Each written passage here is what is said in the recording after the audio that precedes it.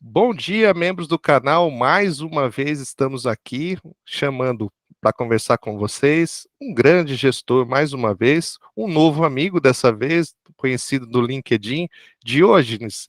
Se apresenta, pessoal. Bom dia, André.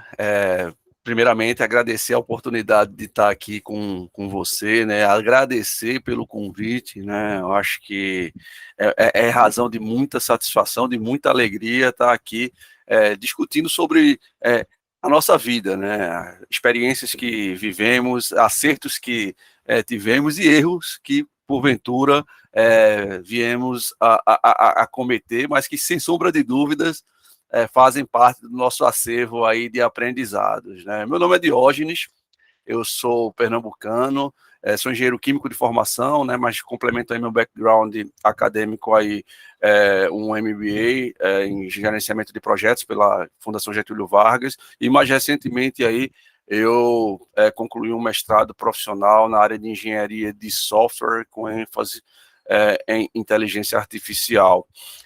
Meu background profissional, né, ele começa numa empresa do setor automotivo, na fabricante de baterias Moura, né, lá eu pude passar por diversas posições, dentre elas estagiário, trainee, chefe de produção, manutenção, gestão e controle. Depois eu tenho uma passagem na Unilever, onde eu tive a oportunidade de desenvolver as posições de coordenador de TPM e, na sequência, gerente de WCM. Tem uma passagem no setor farmacêutico, numa empresa chamada Natulab, onde eu tive a oportunidade de ser gerente de excelência industrial, né? E também, recentemente, né, desde 2019, eu estou como coordenador de melhoria contínua na Mondelez International, né? E ao longo desse período eu tenho tido também experiências paralelas aí na área de educação, né, como instrutor de Lean Six Sigma para uma escola que é bem conhecida aqui no Brasil, a EDTI, que é sediada em Campinas. Então, eu sou um dos professores da EDTI para as turmas que são formadas aqui em Pernambuco. Tá? A gente forma Green e Black Belts. E espero aí conseguir responder as tuas perguntas a contento, tá? É isso aí. Mais uma vez, os membros do canal trazem a satisfação, né, de, graças a Deus, a gente está evoluindo e está conseguindo trazer pessoas com muita experiência para agregar cada vez o canal. Dentro dessa, toda a sua experiência, vamos começar lá pela empresa de baterias, né, que é um métier também da minha experiência, todas as dificuldades de estabilidade de processo, vamos lá. Dentro desse segmento, nós sabemos que nós temos muita dificuldade, né? E ultimamente também essa relação do peso pelo Imetro também, né? De variação, de entregar o produto com a qualidade técnica, né? Que precisamos, e também chegar ao valor econômico necessário e adequar ao peso estipulado a variação técnica pelo Imetro. Dentro desse arcabouço aí, você teve alguma experiência que você possa falar de algum processo que vocês tinham mais dificuldade nessa estabilização de processo, Jorge? É, é, a cadeia produtiva de bateria, acho que até poucas pessoas sabem, a bateria é um bem de uma tecnologia agregada gigantesca, né? Variação ao diabo, né? Como dizem os estudiosos aí do Six Sigma, né? E o Six Sigma ele vem para resolver justamente esse tipo de problema, né? Mas especificamente no mercado automotivo, eu trabalhei no início da cadeia, eu trabalhei na parte de metalurgia, né? Eu trabalhei na parte que faz justamente a recuperação. Você sabe que aqui no Brasil não tem jazimento de chumbo, então a maior parte do chumbo que é utilizado na consecução de baterias, ele é proveniente de reciclagem, né? Então eu trabalhava justamente na unidade do grupo, né, que captava essas baterias exauridas, né, triturava as mesmas, separava e destinava cada componente dela, por exemplo, polipropileno ia para uma das unidades do grupo, onde era reciclado e era utilizado na fabricação de novas caixas e tampas de bateria. O chumbo ficava na unidade que eu trabalhava, né? Então, nessa unidade, a gente começava o processo, obviamente, pela trituração e separação e classificação dos componentes da bateria. Na etapa de fusão controlada em fornos, a gente reduzia esse material, que na sua maior parte está na forma de sulfato, óxido, né, e também chumbo metálico, né, para a forma metálica, mas uma forma ainda bruta, o que requeria um refino, né? Então, e aí, obviamente, a gente tentava entregar para uma das unidades do grupo que fabricava efetivamente a bateria, né, fabricava as placas, fazia o empastamento, a montagem e a formação da bateria. Nessa etapa da minha cadeia, o tema relacionado à variação estava muito associado aos limites de especificação do cliente daqueles elementos que fazem a composição do chumbo, em que pese refinado. Por exemplo, antimônio, níquel, cobre, etc. E eu inicio minha fala falando que a bateria, ela pouca gente, em que pese poucas pessoas imaginem isso, é um componente de um altíssimo grau de tecnologia embarcada, né?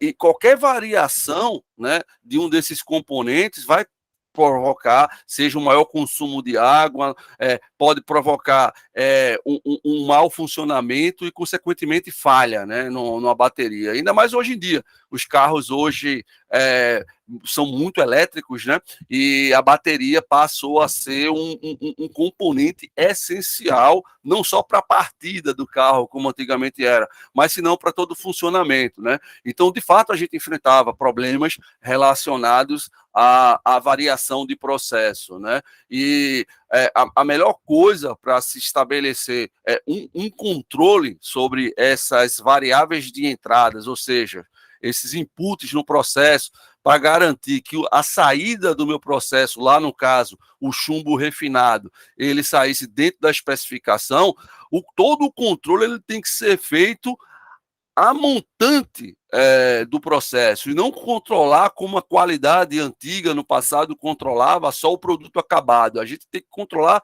as variáveis que impactam, influenciam ou atrapalham no produto final, através de carta de controle, operação padrão, gestão à vista, né? E a Moura, eu sempre falo isso, né? Foi a empresa onde eu tive a sorte de começar a minha carreira na Moura, porque foi lá onde eu aprendi todos os fundamentos. E quando eu falo de fundamento, eu falo fundamento de gestão, gestão de pessoas, gestão de negócio e gestão de processo, né? Então, de fato, a gente tinha uma rotina muito pesada, né, de diagnóstico de trabalho operacional, checar se os procedimentos operacionais padrão estavam sendo cumpridos, se o time precisava de desenvolvimento em treinamento, se precisava de recursos para executar aquela tarefa a contento, porque se a gente tem um processo, seja ele qual for, onde a gente tem uma identificação, primeiro, de todas as variáveis críticas daquele processo, né, e um controle sobre elas,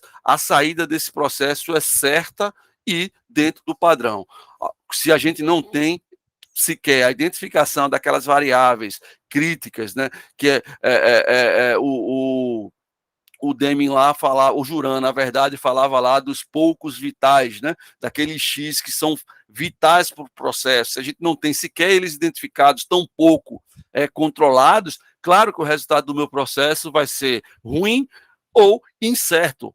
Né? Então, eu acho que esse tema que você tocou é muito relevante, né? Variação, né? Variação é o demônio, né? Como se diz, né? E foi essa a razão pela qual, lá na década de 80, né, a Motorola empreendeu nesse framework, né, de trabalho, de ferramentas, de gestão de perdas, que hoje ficou popularmente conhecido como Six Sigma, né? Especialmente depois da experiência aí já global, vamos dizer assim, né, de alcance global da década de 90 aí na GE, né? Então, foi para combater exatamente esse tipo de problema, né? Variação, né? Variação implica em defeito de qualidade, implica em custos mais altos de produção, e isso não é interessante nem para a empresa, tampouco para quem a gente trabalha, que é o consumidor final. Muito legal, Jorge.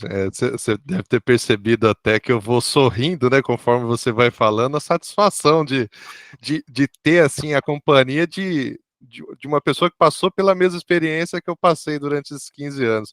Como é difícil, né, a gente estabilizar esse processo e a complexidade que é o ramo de baterias é absurdo.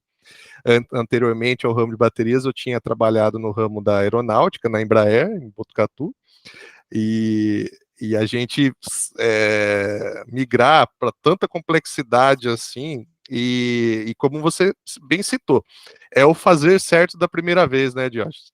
Se a gente não fizer certo, não tem como arrumar a bateria. A bateria não é algo que a gente consegue consertar no trajeto. Depois que você soldou ali, já era. É sucata, né? A gente tem na movimentação de estoque também, a gente tinha bastante problema de perda, né, dentro dos estoques, porque não é um bem que caiu, quebrou, joga fora. Não tem a logística interna nossa era complicadíssima, né? Nós vivenciamos uma evolução muito grande pela necessidade também desse fato, né? Tô gostando muito do teu conhecimento, é muito bacana, né? Tá vivenciando toda essa troca de experiência. Eu queria agora perguntar para você, você passou pela Moura, pela Unilever, agora Mondelez, né? É um instrutor, então, sempre de empresas com uma macro, né? De grandes funcionários, com uma quantidade grande de funcionários. Vamos falar um pouquinho da questão da cultura organizacional. Acho que é bem interessante trazendo essa questão aqui em pauta pela tua experiência. Me veio agora a condição isso. Você é do estado do Nordeste, né? Onde pelo que nós aqui do Sul temos também a consciência de que onde a oportunidade de formação ela acaba sendo um pouco menor, né, Diógenes?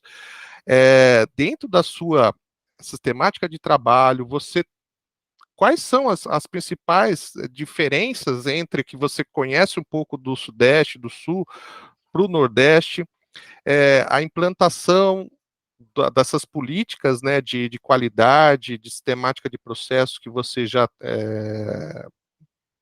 politizou dentro da sua carreira? Conta um pouquinho para a gente sobre essa questão da cultura organizacional dentro das empresas que você já trabalhou.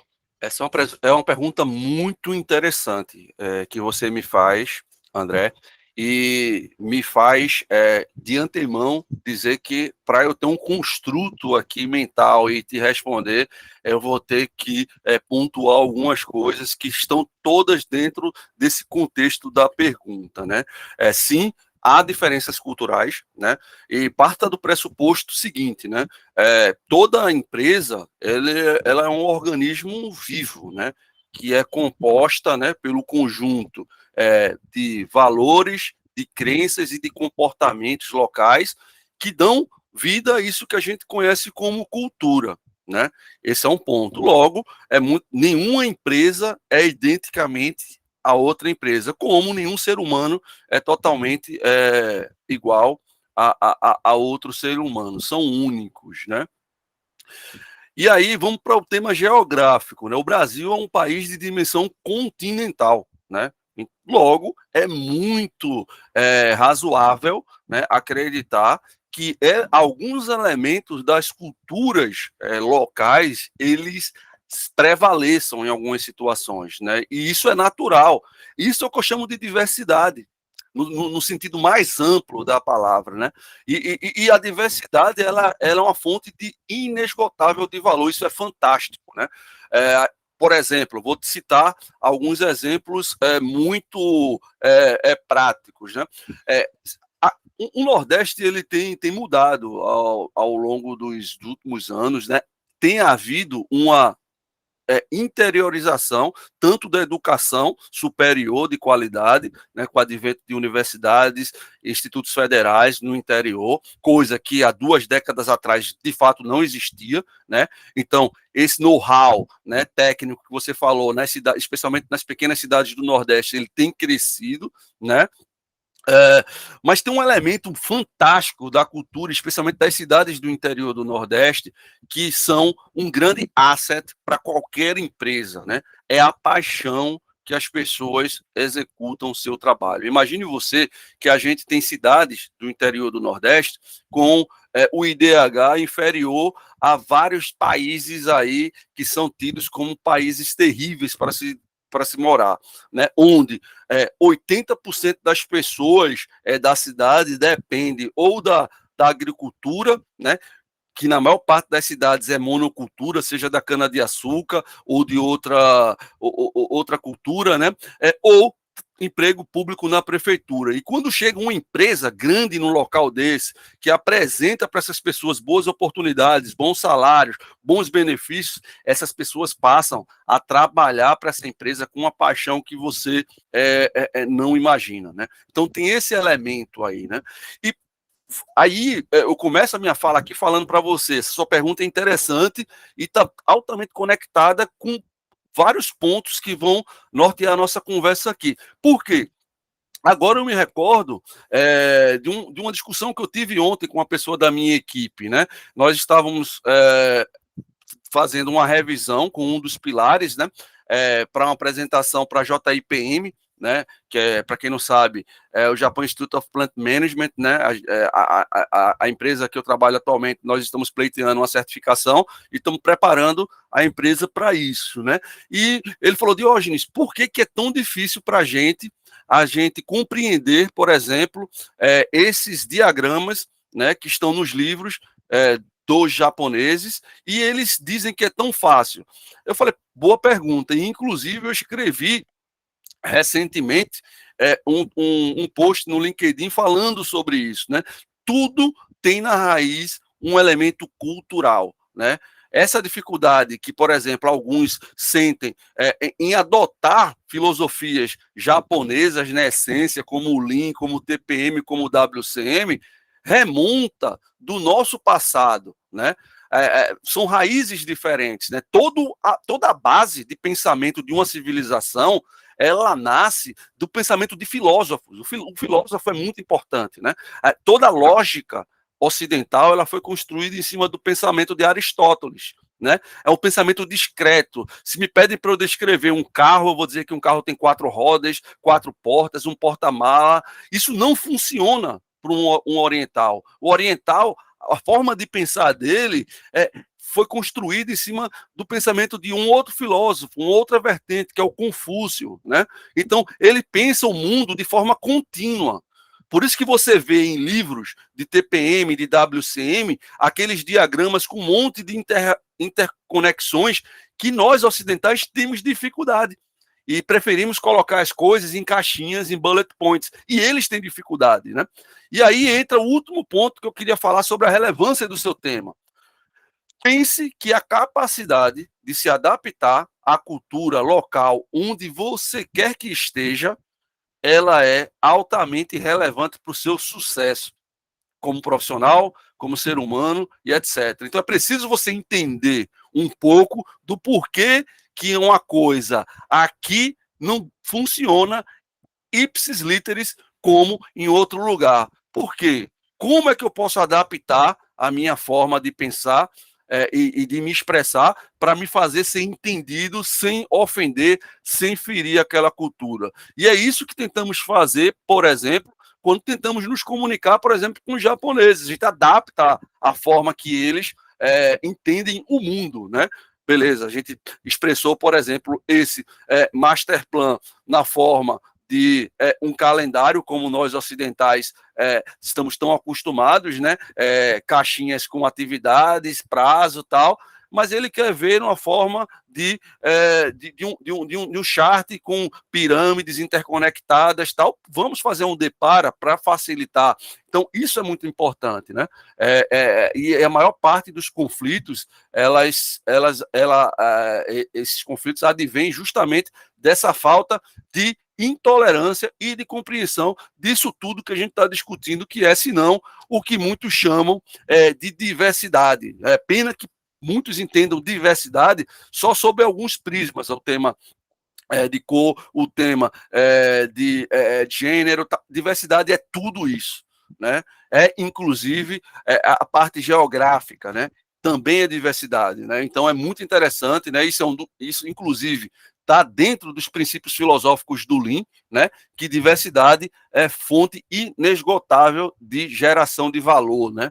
Então as empresas também têm que abrir os olhos para isso, para admitir também em seus sites, né, onde quer que estejam, pessoas de outras localidades, né? Isso é fantástico. Essas pessoas trazem visões diferentes do mundo também. Fantástico, Diógenes. Como o ensinamento, essa troca de experiência é fantástica.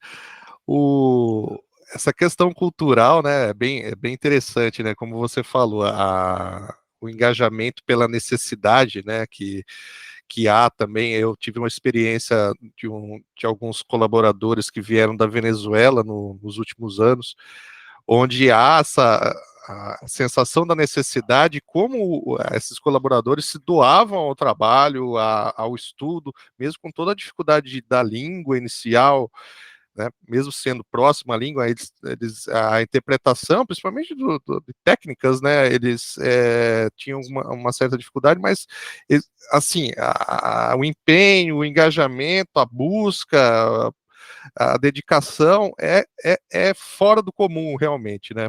Como você citou. A nós que temos mais, assim, mais amplo, né, o ensino, mais fácil acesso, né? Nós não damos tanta valorização quanto o estado que está praticamente em desenvolvimento, né, os estados do Nordeste, do Norte. Eu fiz amizade com uma moça de Manaus ultimamente, e a gente tem trocado essa experiência também, dos mundos, né, dentro dos vários Brasis, né, que nós temos aí. Como é interessante essa troca de cultural também, dentro do mesmo país, né? Tenho amigos na Itália, tenho amigos que moram no Canadá, e essa vivência. E esse ensinamento que você me passou agora, dessa questão me fugiu agora, que você disse do Confúcio e do Aristóteles, né? Da filosofia, perdão. Da filosofia, como é implantada, como é difundida todo esse ensinamento, como é difundido toda essa estrutura do saber, né? E como a gente apenas tenta implantar algo, deu certo lá, tem que dar certo aqui, né? As grandes lideranças às vezes nos cobram, nós também, como gestores, também queremos fazer dar certo, e se nós não identificarmos e fazermos as adaptações necessárias à nossa cultura como um todo, né? A chance de não obter êxito com uma excelente ferramenta é muito alta, né? E você sabe, André, só um comentário aí, enquanto você falava, né? Você tocou um ponto que eu acho crucial no fracasso que alguns empreendimentos têm em relação a tentar implementar alguma filosofia de gestão de perdas ou qualquer outra pelo copy-paste, né? Copiar, colar, né? A gente tem exemplos, a história diz isso daí, né? Começar lá atrás, no Brasil dos anos 500 lá, né? Quando se tentou catequizar os índios, né? Imagina, você pega pessoas que têm os seus próprios elementos de cultura e tentar impor uma cultura que não há relatos de altas taxas de suicídios de índios, etc, etc.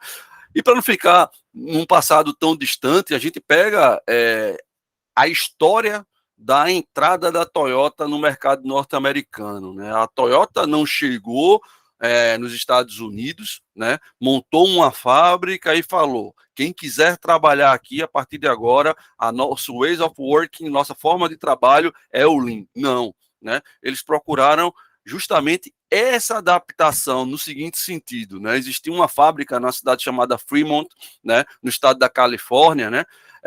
Da GM. Era uma péssima fábrica, alto índice de greves, taxas de refúgio altíssimas, problemas de qualidade a perder de vista, etc.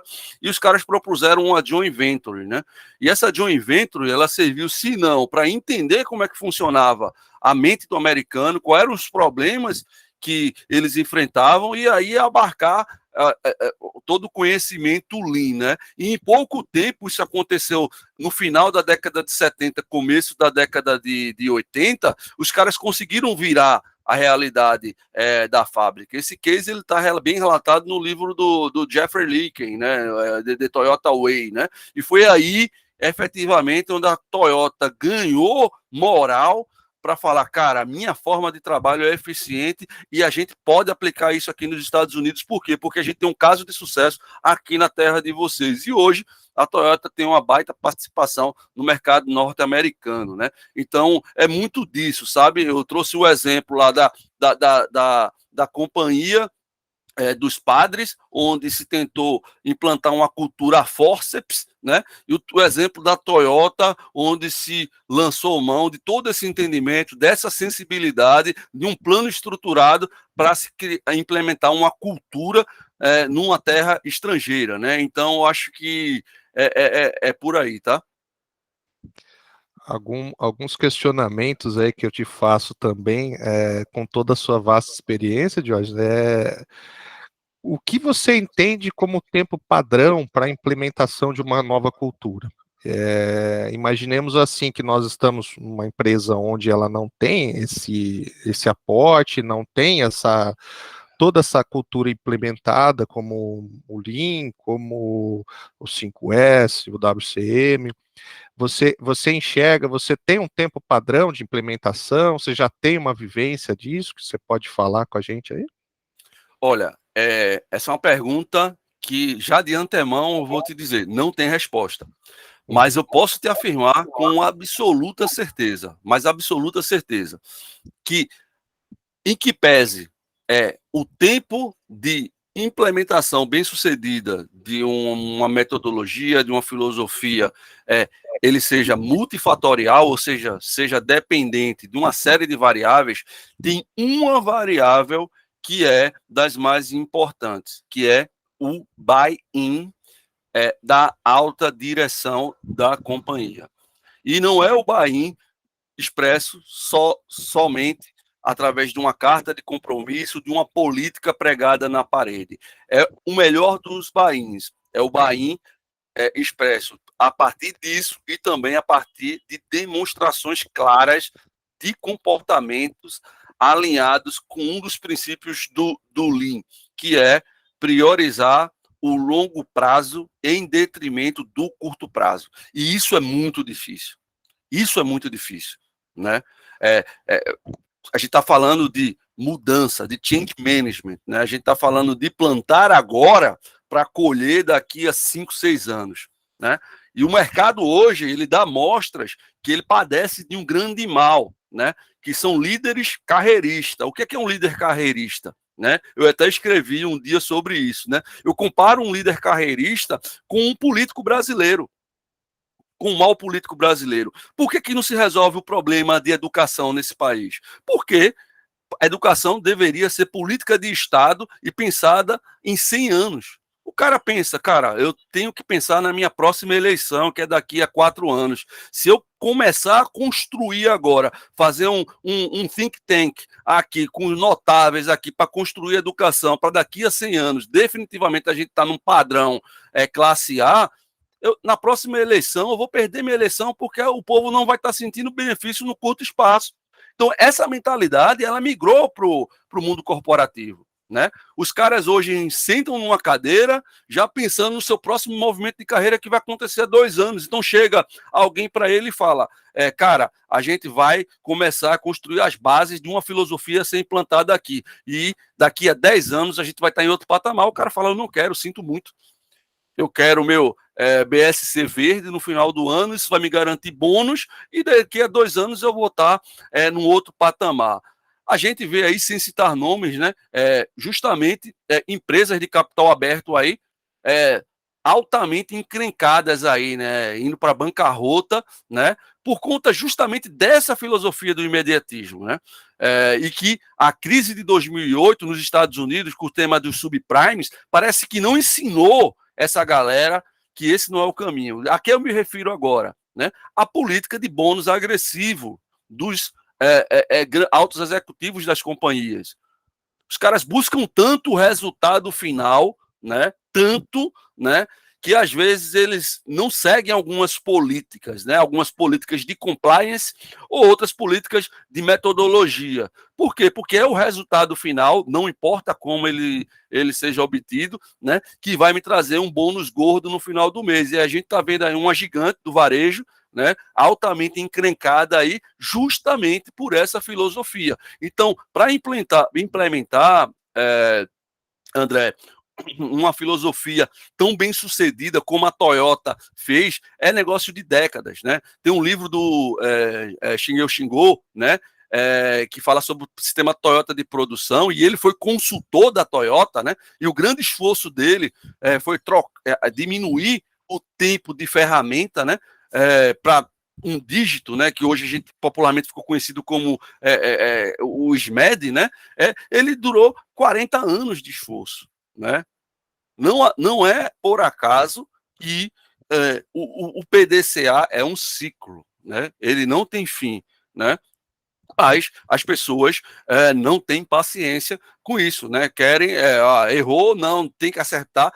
A cada ciclo girado é aprendizado, né? E esse aprendizado ele vai crescendo, né, se transformando em conhecimento de forma exponencial. E é assim que os pequenos se tornam grandes, né? A história mostra isso. Não sou eu, Diógenes, quem sou eu que estou dizendo isso, né? Eu estou falando isso com embasamento científico, né? A partir de alguns materiais aí que eu leio, de exemplos que a gente acompanha. Acabei de citar um exemplo real agora de uma grande varejista, né? Enfim, mas eu acho que o grande mal hoje do mundo corporativo é justamente o carreirismo, sabe? As pessoas pensam no curtíssimo prazo. Nossa, é sensacional. Te trazendo aqui para esse bate-papo, imaginava o conteúdo, mas realmente estou muito surpreso com tudo. Diógenes, para o nosso vídeo não ficar tão extenso, já como eu falei anteriormente, eu já remeto um novo convite para um próximo dia, a gente continuar esse bate-papo, mas sem antes comentar uma coisa importante que você falou aí sobre educação. Dentro do meu próprio canal tem um bate-papo com um amigo meu que é um pós-doutor de São José dos Campos, que a gente fala bastante sobre essa questão da educação, né? Como a questão política ela não resolve, né, a educação, né? Porque existe essa sensação do imediatismo, né? De que eu vou fazer algo para outro colher, né? Tem essa relação, né? E a política, ela tem que ser um plano de governo, né, como foi feito no próprio Japão, na Coreia, né, onde os resultados, eles estão latentes ultimamente aí no mercado, onde se nós não mudarmos essa percepção, nós vamos continuar como colônia por muitos e muitos anos, né, Jorge? E é um convite já que eu te faço para a gente estender para o próximo dia aí, para continuar esse bate-papo, porque é muito interessante, muito conhecimento técnico, cultural, muito vasto, né?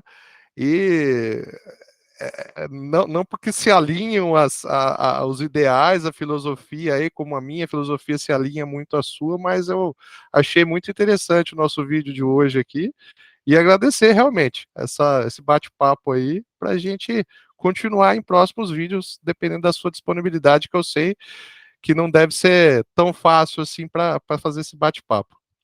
André, eu queria reiterar, né, o meu agradecimento, né, por estar tendo essa oportunidade aqui de exercer essa discussão com você, sobretudo por ser um tema que eu gosto, né, eu gosto de discutir pessoas, processos, né, desafios, né, e principalmente gerar valor, né, o que é que eu entendo como gerar valor? É eu trazer é, as minhas experiências, os acertos que eu cometi, os erros que eu cometi e os aprendizados que eu colhi e compartilhar com a comunidade, né? Para que ninguém tropece nos mesmos obstáculos que eu tropecei, né?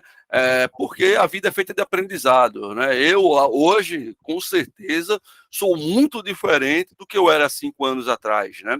Eu sou uma pessoa em constante processo de transformação. E quero, daqui a alguns meses, alguns dias, quando você me convidar, eu tiver a honra de voltar aqui, você já me perceba uma pessoa ainda melhor. Né? Esse é o meu compromisso. Meu compromisso é ser melhor em relação ao meu baseline. Quem é o meu baseline? Eu mesmo. Né? Não me comparo com ninguém, eu me comparo com o que eu era ontem, né? E eu quero ser amanhã melhor do que eu sou hoje e assim sucessivamente, né?